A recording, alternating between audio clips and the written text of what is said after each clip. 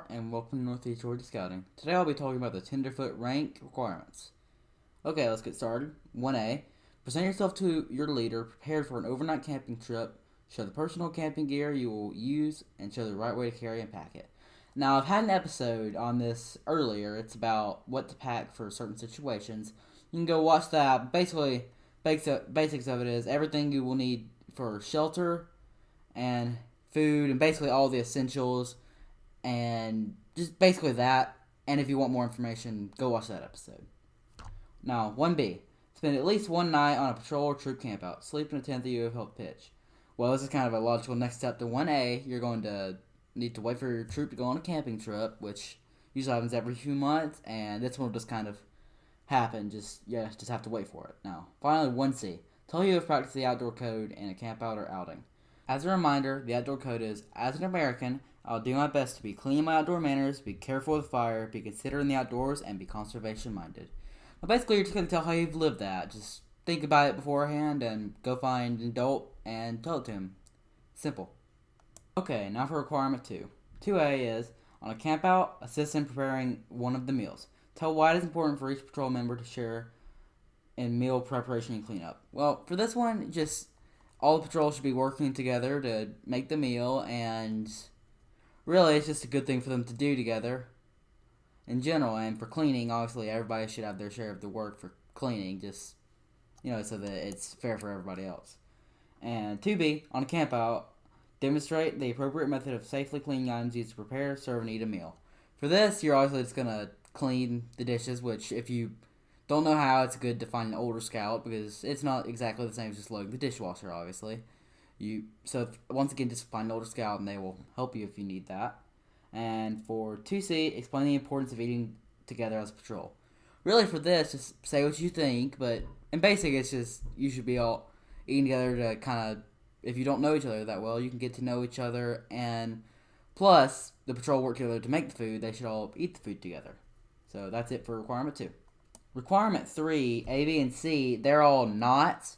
So for that one, I would say just find an older scout, and they can show you how. And if they need help, then find an adult or find an older scout. Just, in general, find somebody to help you, and they'll be happy to do it. Now for 3D, that is demonstrate proper care, sharpening, and use of the knife, saw, and axe. Describe when each should be used.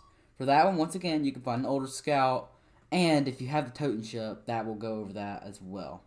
Requirement 4 is all first aid stuff. 4A is show first aid for several scenarios. For example, simple cuts and scrapes, blisters on the hands, and a few more. 4B is describe poisonous or hazardous plants. Identify a few of them. They may grow locally or at a campsite.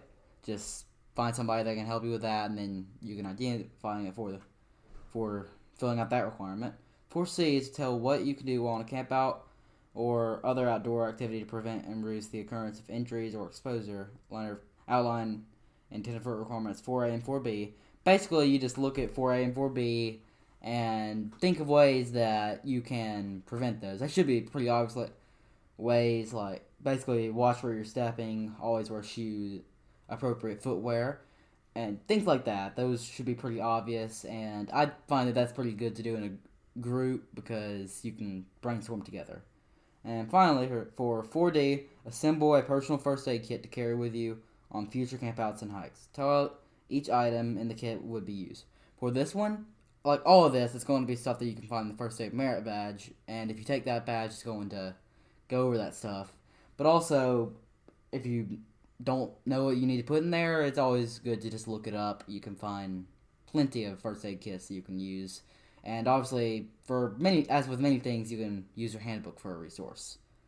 Requirement 5 goes over a couple things around safety on a hike. First off, it goes over the buddy system, which is one of the most important systems out there for safety, really for any outing. You want to make sure that you have a buddy and that you're always, at least you can always see your buddy, or, stuff like that. You don't want to ever be away from them, so that at least if you get lost, you're together and can find help easier. 5D B is to describe what to do if you become lost on a hike or camp out. For this, you're just going to obviously stay put. Don't try to find the people unless you can see them or hear them. But really, just stay put. because if you try to move around, you'll get even more lost. And finally, 5C, explain the rules of safe hiking, both on the highway and cross country, during the day and at night. For this one, you can, once again, consult your handbook and other resources, or you can consult an older scout, and this is something you will definitely go over before a hike, and you'll just find an opportunity to knock that one out. Requirement 6 goes over several fitness requirements that you'll see in most every rank from Tenderfoot up to first class. Now, you're going to record your best in a couple of tests, which is push-ups, sit-ups, and sit and reach, and the 1 mile walk or run. You're going to just want to make sure you record that. Now, then you're going to want to develop a plan for 6B to improve on each of those. You're just going to want to come up with a small workout plan, very similar to what you'll see in the personal fitness badge, which at some point this could lead up into doing that, which is an Eagle required badge. And then finally, 6C is that you need to show an improvement on that on your next run of it, and that is push-ups, sit-ups, sit and reach, and the 1 mile walk or run. So basically, you just need to show an improvement there. Requirement 7A is demonstrate how to display, raise, lower, and fold the United States flag. This is an excellent one to find an older scout and go over that with them, or an adult if you need to, but this is one that you can definitely find somebody to show you how, or you probably just pick that up from watching the flag be raised and lowered regularly. And 7B is to participate in a total of 1 hour of service in one or more service projects approved by your Scoutmaster. Explain how service to others relates to the Scout slogan and Scout motto. For this one, you're just going to wait for service projects. Some great ones are to work on Eagle projects, and sometimes you'll just, every now and then, something will come up where a troop will be doing a service project, and you can knock that one out. And that is also one that you'll see in later ranks as well. Requirement A is to describe the steps in Scout's teaching edge method. Use teaching edge method to teach another person how to tie the square knot. For this one, you're just going to find a scout that may not know a square knot, or even if they do, you can still teach it to them just as an example. And once again, edge is explain, demonstrate, guide, and enable. You're just going to go through those steps and show them how to tie a square knot. Okay, and finally, requirement 9 is demonstrate Scout spirit by living Scout oath and Scout law. Tell how you've done your duty to God and how you've lived 4 different points of the Scout law in your everyday life. For this one, I think that what I like to do for these kind is type something up and print it out just so it's quick and easy. Come up with 4 points of the Scout law and tell how you've lived them. This is another one that you'll be doing in later ranks. And also, for requirements 10 to 11, that is do a Scoutmaster conference and can successfully complete your board review. Those will need to be scheduled with your Scoutmaster and then with the board review, whoever may do that. And once you do that, congratulations, you are a Tenderfoot Scout.